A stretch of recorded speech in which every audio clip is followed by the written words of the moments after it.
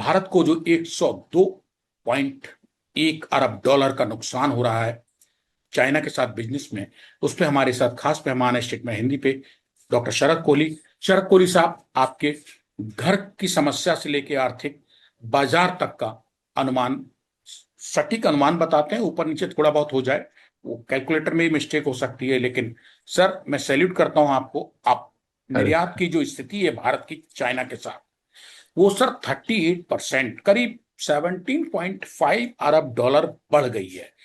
इसके बाद भी सर हम 102.1 अरब डॉलर के घाटे पे हैं चाइना के साथ। आपने कारण बता दिए हैं, उन कारण के जो ब्रैकेट्स हैं किन वजह से हैं, लेकिन सर इस घाटे को कैसे हम पाट सकते हैं, इस खाई को, गहराई को कैसे हम कम करें? अगर हालात यही रहे तो सर कहाँ खड़े होंगे चाइना के साथ? मैं संजीव एक एक स्टार्टअप मेंटोर भी हूँ। और मैं 200 से ऊपर स्टार्टअप्स को मेंटोर करता हूँ। मेरी एक अपनी बिजनेस ग्रुप की जो कंपनी है वो स्टार्टअप मेंटोर करती है, जिसको मैं ही मेनली देखता हूँ। तो आप सच, अब आप कहेंगे इसका मेरे सवाल से क्या लेना देना है। आपने जो सवाल पूछा उससे सीधा लेना देना है। मेरे दिल के करीब जो स्टार्टअप्स हैं संजीव, मैं उसी पॉइंट पे आ रहा हूँ जो आपने पूछा है। वो हैं आजकल, हालांकि पहले टेक के होते थे जो ऐप बनाते थे, एग्रीगेटर्स होते थे, पर जो मैन्युफैक्चरिंग में आना चाहते हैं, भले ही एक कमरे की एक छोटी सी फैक्ट्री लगाएं, तो इसका इसका सोल्यूशन, इस नुकसान की भरपाई करने का, स्ट्रेट डेफिसिट की को अगर आपने भरना है, तो इसका एक ही सोल्यूशन है कि हमारे जो युवा हैं, 35 साल से कम उम्र के जो लोग अपना काम शुरू कर रहे हैं, जिसको आजकल स्टार्टअप कहा जाता है, वो मैन्युफैक्चरिंग में आए। क्योंकि ये सामान वो है, दो तरीके से सामान आ रहा है संजीव। और मैं आपको बताऊं, दो तरीके से, बल्कि बल्कि मैं अगर ये कहूं कि तीन तरीके से सामान आ रहा है। एक और मैं जोड़ देता हूं उसमें। पहला तरीका वो है जो वहां से रॉ मटेरियल आ रहा है, जैसे मैंने इलेक्ट्रॉनिक कंपोनेंट्स की बात करी कि वहां से कल पुर्जे आते हैं, मोबाइल फोन उससे बन जाता है। अंदर जो उसके पुर्जे लगते हैं, आपका मोबाइल फोन जो आप इस्तेमाल करते हैं उसमें ना जाने दर्जनों के हिसाब से पुर्जे लगते हैं। दूसरा, सामान वहां से आता है और उसका ब्रांड नेम, क्योंकि चाइना में कुछ चिंगपुंग चुंगपुंग ऐसा कुछ नाम होता है, वो यहाँ आके, यहाँ के जो लोग हैं अपना ठप्पा लगा देते हैं, उसके ऊपर अपना ब्रांडिंग कर देते हैं कि देखिए साहब हमने बनाया है, ये हमारी फैक्ट्री में बना हुआ है, जबकि उनकी फैक्ट्री नाम की कोई चिड़िया ही नहीं होती है।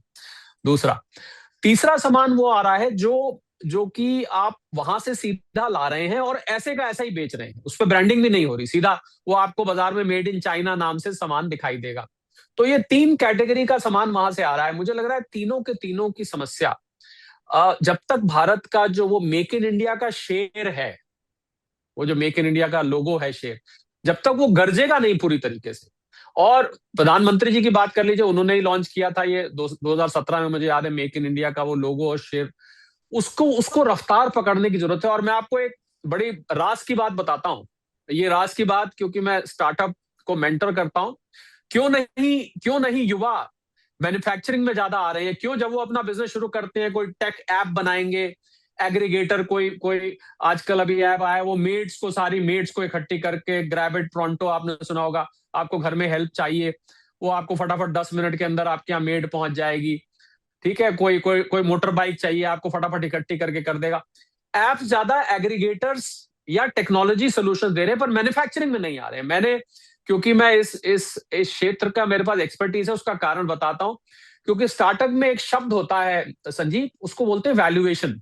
आप देखते हो कि स्टार्टअप बनता है तो उसमें निवेश आता है, फिर उसकी वैल्यूएशन करके ये स्टार्टअप्स उसमें से एग्जिट कर जाते हैं।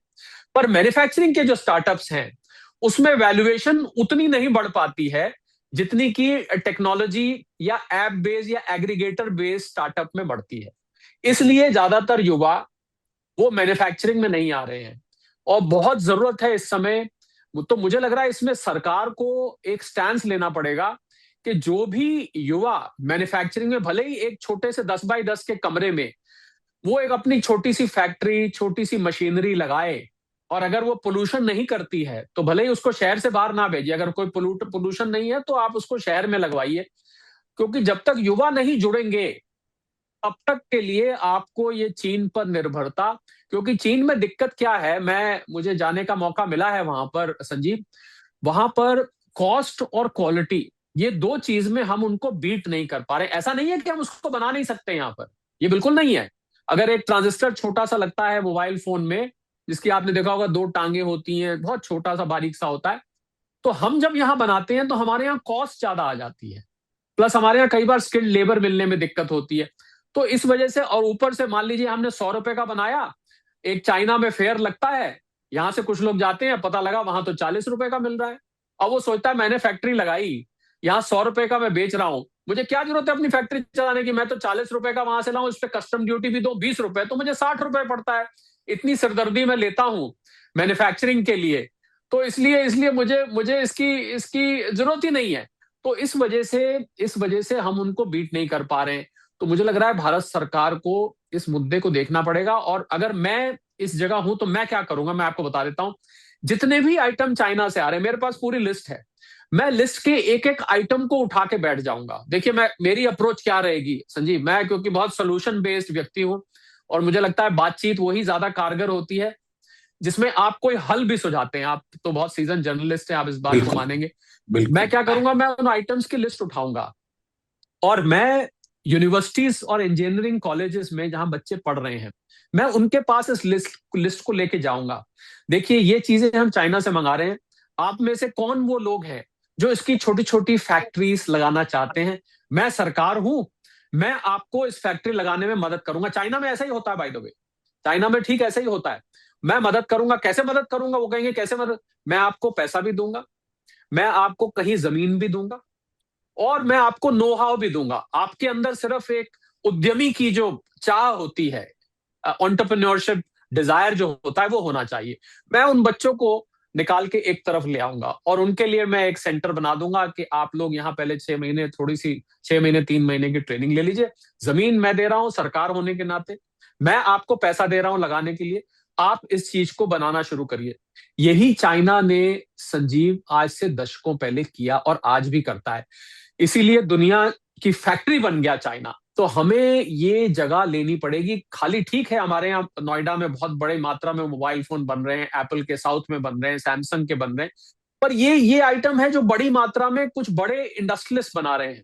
जरूरत है ग्रास रूट लेवल पे, यानी जमीनी लेवल पे। अगर इस डेफिसिट को कम करना है तो हमें जमीनी लेवल पे स्कूल, यूनिवर्सिटी कॉलेजेस से पास हुए बच्चों को हमें हमें उद्यमी, मैन्युफैक्चरर्स बनाना पड़ेगा, ठीक उसी तरह जिससे दशकों पहले टाटा और बिरला उद्यमी बने थे। डॉक्टर शरद कोहली साहब, आपकी बातचीत से यही समझ में आया है मेरे कि चीन पर ये जो हमारी भारी आर्थिक निर्भरता भू राजनीतिक तनाव के समय भारत के लिए जोखिम तो पैदा कर ही रही है, लेकिन मेक इन इंडिया ये बन तो गया है, मगर मेक इन इंडिया अमल में नहीं आ पा रहा है।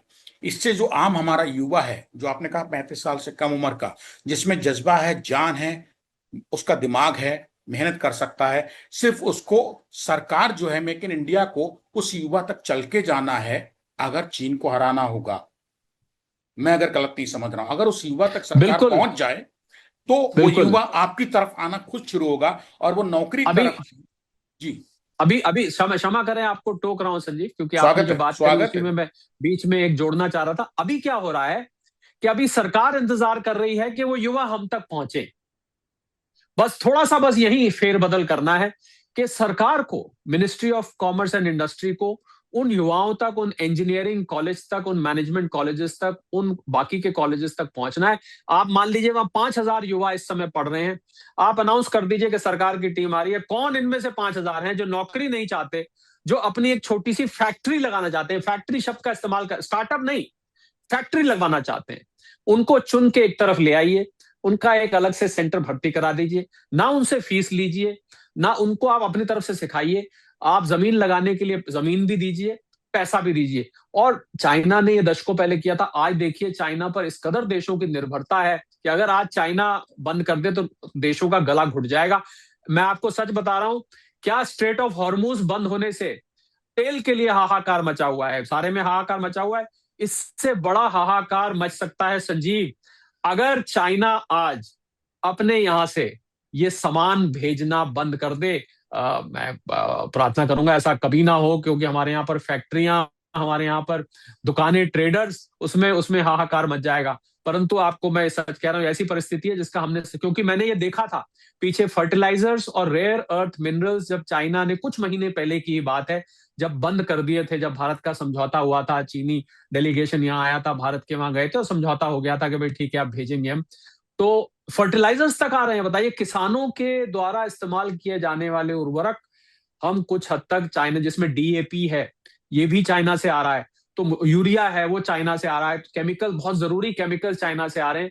तो मुझे लग रहा है कि ये बनाना कोई रॉकेट साइंस नहीं है संजीव, ऐसी कुछ नहीं है, सिर्फ कॉस्ट और क्वालिटी, इन दो चीजों पे हमें अपने आप को ट्रेन करना है।